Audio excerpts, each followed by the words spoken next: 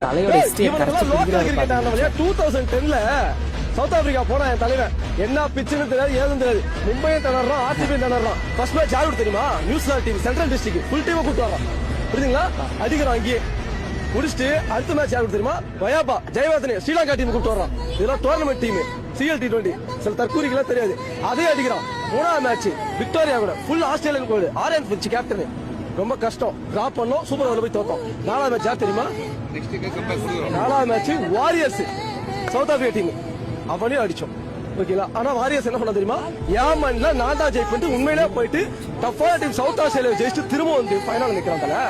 விடுவோமா? நானு ஒரே ஒரு 132 ரன் வச்சு மண்ணக்க வச்சேன். சவுத் ஆப்பிரிக்காவிலே போய் என் தலைவன் அதான் உள்ளூர் கப்பு இல்ல வெளியூர் கப்பு பார்த்தான். அன்னைக்கு எழுத ஆரம்பிச்சா சவுத் ஆப்பிரிக்காக்காரன் ஆஸ்திரேலியாக்காரன், டேய் இவன் பெரிய ஆள் போனதுடா, டேய் இவன் பெரிய ஆள் வருவான்.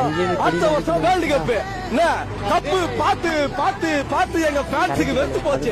திடீர் இந்த கப்பு இந்த வருஷம் வந்து கப்பு இல்லைன்னு எங்க ஆளுக்கு கொஞ்சம் திருப்தி இல்லை, மனசு கஷ்டம். அதனால கொஞ்சம் சார்ஜ் பண்ண ஆரம்பிச்சாங்க. மற்றபடி எங்க CSK ஃபேன் எல்லாம் தலைவர் விட்டு கொடுக்க மாட்டாங்க. எங்க தலைவர் பண்ண தப்பு 3 வருஷத்துக்கு ஒரு கப்பு, 3 வருஷத்துக்கு ஒரு கப்பு, 3 வருஷத்துக்கு ஒரு கப்பு வாங்கி கொடுத்தாரு. எங்க ஆளுகளும் பார்த்து பார்த்து பார்த்து அடடே கப்பு ஈஸின்னு போல வச்சுக்கிறானுங்க.